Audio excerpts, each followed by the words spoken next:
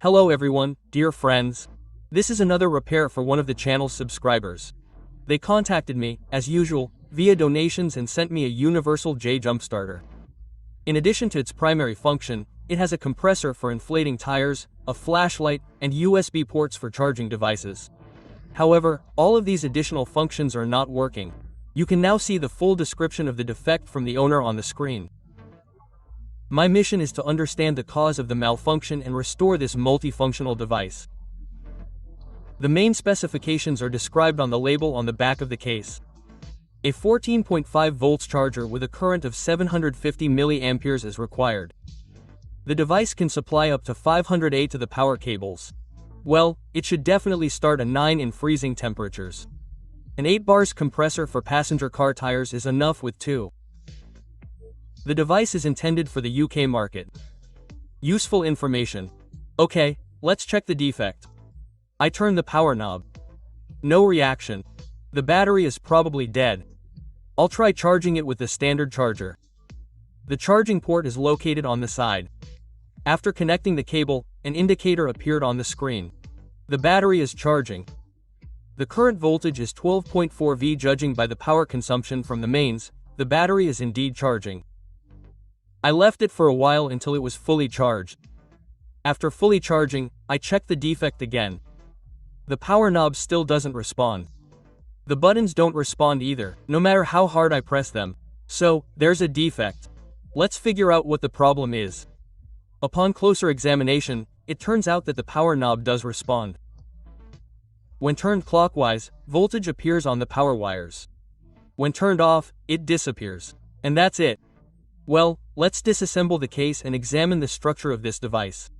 And along the way, we might stumble upon some obvious malfunction. I unscrew the screws and attempt to remove the back of the case. Next, I inspect the contents. The build quality leaves much to be desired. For example, this screw wasn't tightened, allowing the chassis with the compressor and battery to wobble.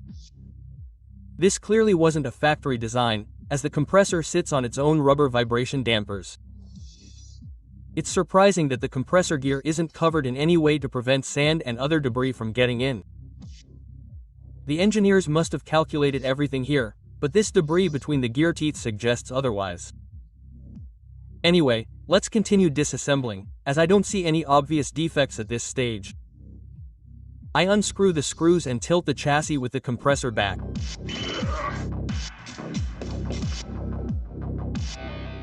Next, I unscrew the bolt from the terminal and remove the battery. It's 12 volts and 19 Ah.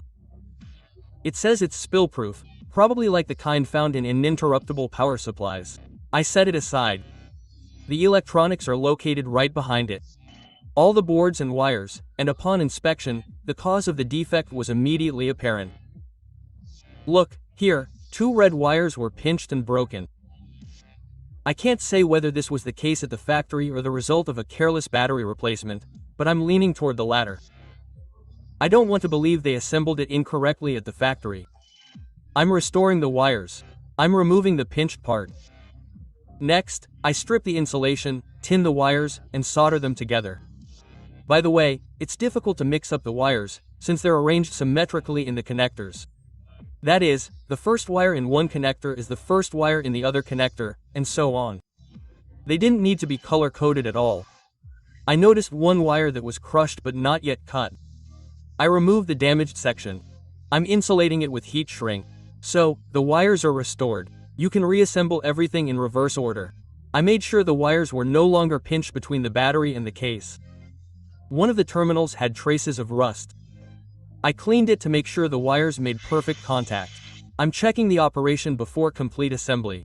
The button now responds. The flashlight turns on, the USB ports work and can handle the load. The compressor also starts.